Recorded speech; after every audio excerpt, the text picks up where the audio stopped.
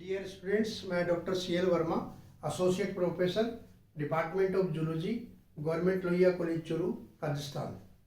आज का अपना टॉपिक है एलोपैथिक स्पेसिएशन। इससे पहले अपन ने 2 वीडियो बनाए थे, जिसमें फर्स्ट वीडियो के अंदर अपन ने स्पेसिएशन के बारे में इंट्रोडक्शन बताया था और किस प्रकार से स्पेसिएशन होता है। उसकी एक सिंपल मैकेनिज्म बताई थी कि सबसे पहले पॉपुलेशन का आइसोलेशन होता है और उसके बाद में जेनेटिक करेक्टर्स होते हैं, उनका डाइवर्जेंस होता है और उसके बाद में रिप्रोडक्टिव आइसोलेशन होता है और वो जो पॉपुलेशन है वो अलग अलग स्पीशीज में कन्वर्ट हो जाती है।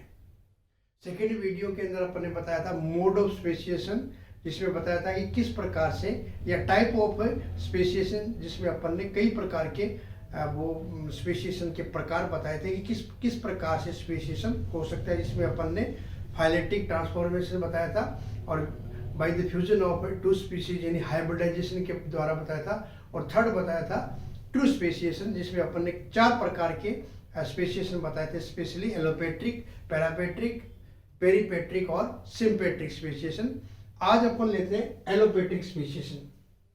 एलोपैट्रिक स्पेसिएशन में क्या होता है कि कोई भी पॉपुलेशन है वो सबसे पहले किसी जियोग्राफिकल आइसोलेशन के, जियोग्राफिकल बैरियर के द्वारा है वो 2 भागों में डिवाइड होती है और जो दोनों भाग है या दोनों भाग की जो पॉपुलेशन है वो अलग अलग स्पीशीज में कन्वर्ट हो जाती है। यहाँ पर अपने एक डेफिनेशन लिखी है, allopatric speciation is the divergence of physically separated populations of species occupying separate geographical area into new species. जो पॉपुलेशन ऑलरेडी सेपरेटेड हो चुकी है उन पॉपुलेशंस के अंदर विभिन्न प्रकार के जेनेटिक वेरिएशंस उत्पन्न होंगे और वो एक नई स्पीशीज बना लेगी। उसी को अपन कहते हैं एलोपैट्रिक स्पेसिएशन। और इस एलोपैट्रिक स्पेसिएशन को कई बार है वो जियोग्राफिकल स्पेसिएशन भी बोलते हैं, जियोग्राफिकल आइसोलेशन भी, जियोग्राफिकल स्पेसिएशन भी बोलते हैं। तो यहाँ पर क्या है, कोई भी पॉपुलेशन है वो किसी न किसी बैरियर के द्वारा सबसे पहले 2 में, 3 में, 4 में डिवाइड हो जाती है और उसके बाद में प्रत्येक पॉपुलेशन है वो उसमें डाइवर्जेंस होता है और एक नई पॉपुलेशन, एक नई स्पीशीज को जन्म देती है। उसी को अपन एलोपैट्रिक स्पेसिएशन बोलते हैं। तो शॉर्ट में अपन कह सकते हैं कि स्पेसिएशन बाय जियोग्राफिकल आइसोलेशन।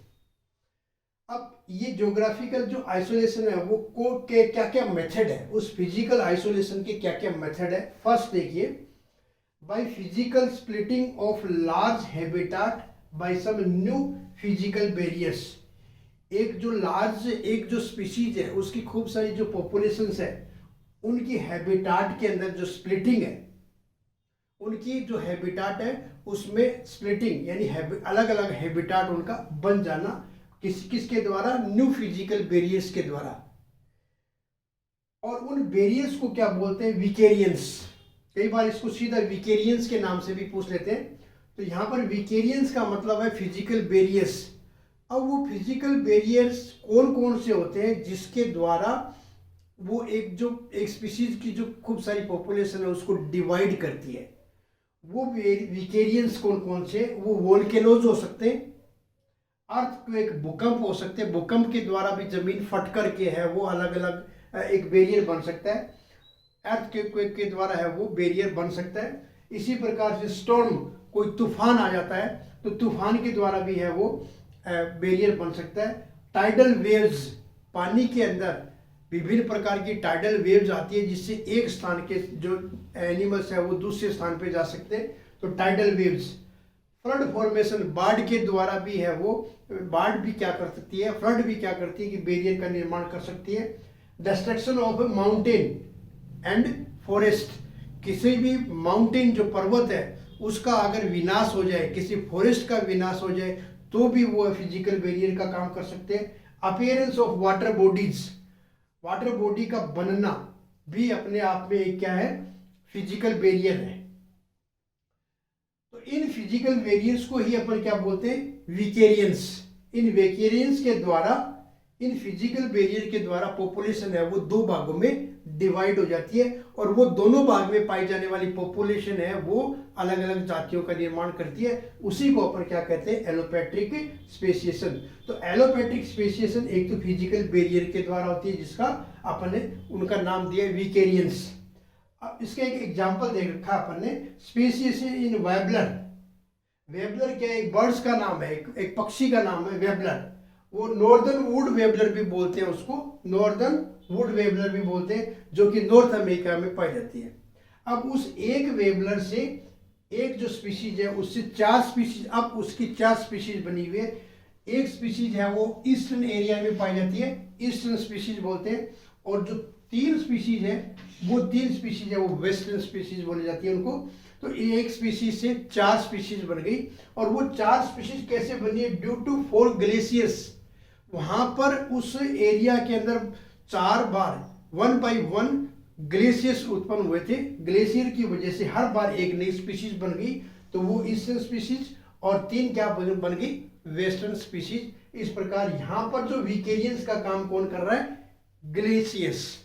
तो इस प्रकार विकेरियंस के द्वारा नई जाति बनती है। तो इसको अपन एलोपैट्रिक स्पेसिएशन का एक मेथड है कि किस प्रकार से फिजिकल आइसोलेशन होता है। सेकेंड अपन ने लिख रखा है, by divergence of a new member of a widely distributed population to some new areas, founder effect.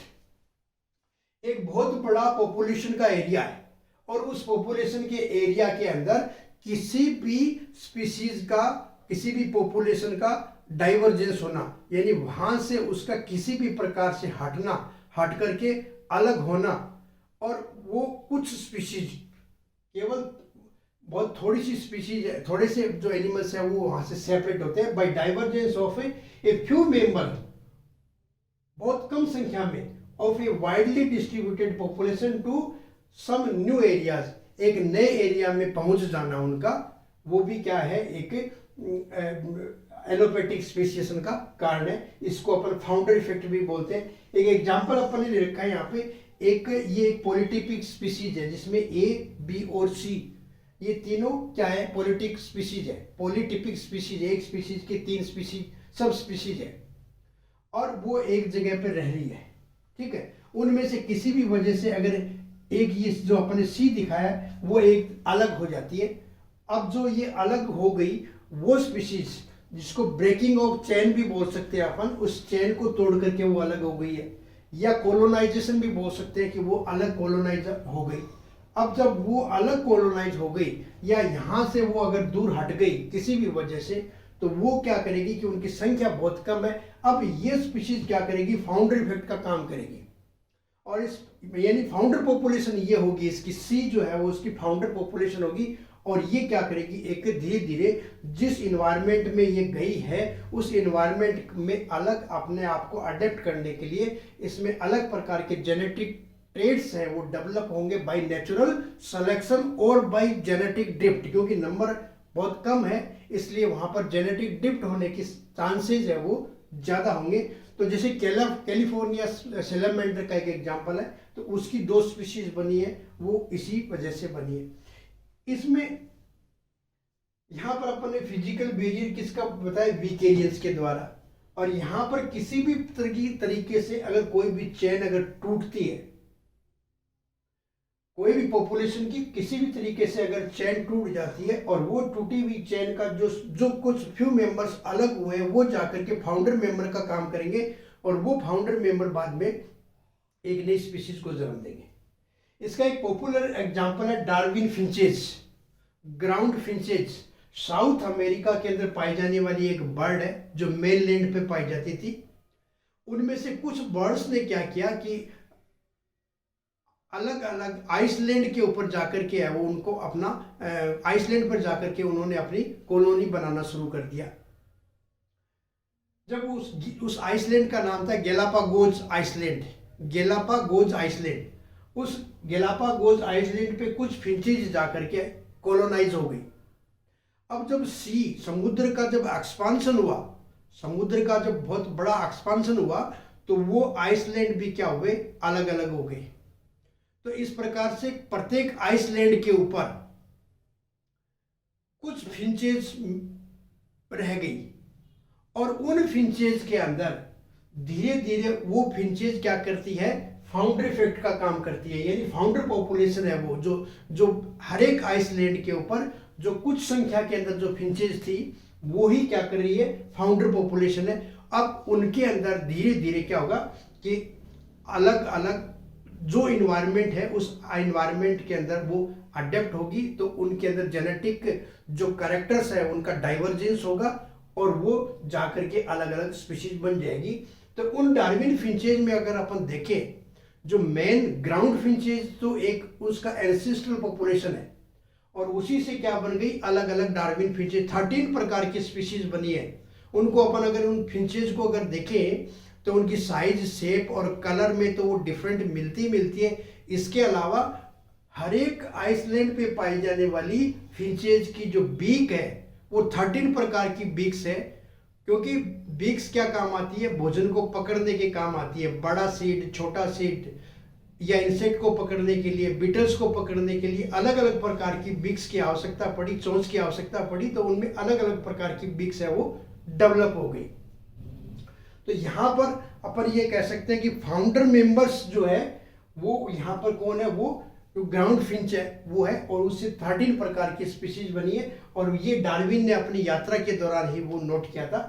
तो कहने का मतलब ये है कि जब अगर पॉपुलेशन के अंदर कुछ ही मेंबर होंगे वो सेपरेट अगर हो जाएंगे तो वहाँ पर जो म्यूटेशंस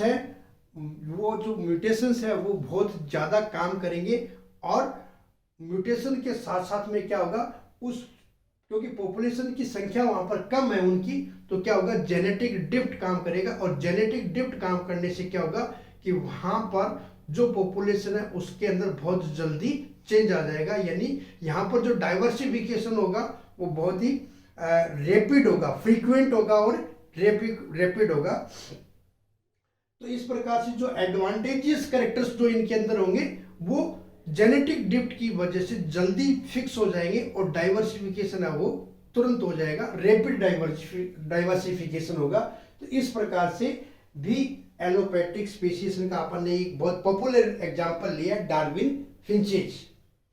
इसके अलावा अपन ने यहाँ पर देख रखा है डिसअपियरेंस ऑफ पॉपुलेशन। अब तीसरा प्रकार है ये, यानी यहाँ पर अपन ने फिजिकल बेरियर बताया, विकेरियंस।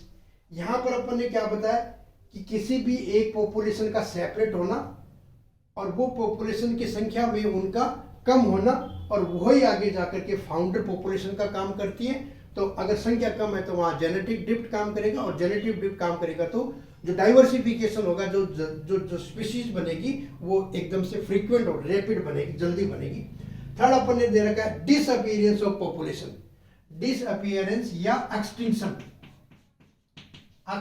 Of population. अब मान लीजिए ये एक पॉलिटिपिक स्पीशीज है जिसमें ABCDEF ये अपन ने 6 स्पीशीज 6 है वो सब पॉपुलेशन ले रखी है।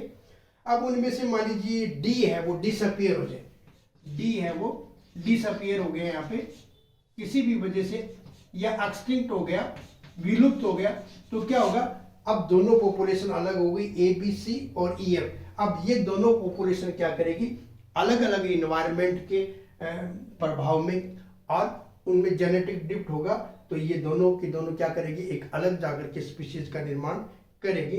तो इस प्रकार से ये है एलोपैट्रिक स्पीशीशन जो कि आइसोलेशन की वजह से हो रहा है। यहां पर किसी भी न किसी प्रकार से क्या होगा, आइसोलेशन होगा। जो मेन जो है आइसोलेशन वो है फिजिकल बैरियर्स जो है, जिसको अपन ने विकेरियंस बोला है, जिसमें वोल्केनोज भी हो सकता है, अर्थक्वेक भी की वजह से भी हो सकता है, टाइडल वेव की वजह से हो सकता है, माउंटेन के डिस्ट्रक्शन से हो सकता है, नया फॉरेस्ट बनने की वजह से हो सकता है, फॉरेस्ट ऑलरेडी है उसके डिस्ट्रक्शन से होता है, नई वाटर बॉडी बनने की वजह से उनमें आइसोलेशन हो सकता है। और जब आइसोलेशन हो जाएगा तो वहाँ के नए इन्वायरमेंट में अपने आप को अडेप्ट करने के लिए उनमें म्यूटेशंस होगा, और अगर पॉपुलेशन की संख्या कम है तो उसमें जेनेटिक ड्रिफ्ट होगा, जिससे वो जल्दी से है वो नई जाति के अंदर कन्वर्ट हो जाएगी। तो ये स्पेसिएशन है एलोपैट्रिक स्पेसिएशन, यहाँ पर कंप्लीट होता है। तो इस प्रकार से ये एलोपैट्रिक स्पेसिएशन है। नेक्स्ट वीडियो के अंदर अपन पैरापैट्रिक और पेरीपैट्रिक स्पेसिएशन पढ़ेंगे। थैंक्स।